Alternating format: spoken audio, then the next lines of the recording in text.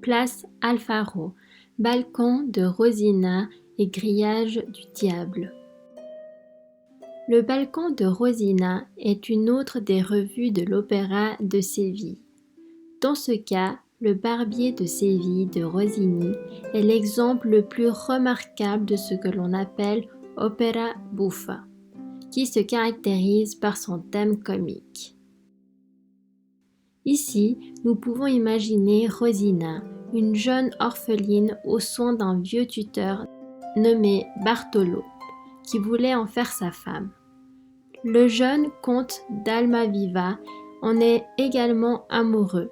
Suivant les conseils de son barbier Figaro, l'amoureux y va jusqu'à organiser une sérénade avec d'autres musiciens au pied du balcon de Rosina.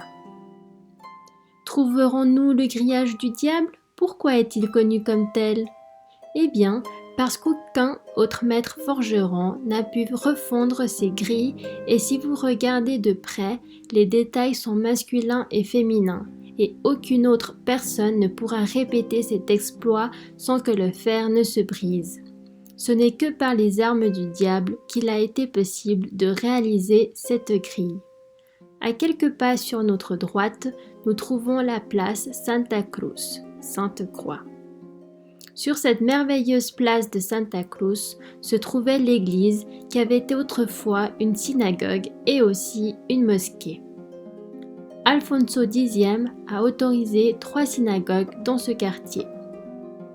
Bartolomé Esteban Murillo y a été enterré avec une telle malchance qu'à l'arrivée des Français et de Pepe Botella, on a ordonné de brûler l'église.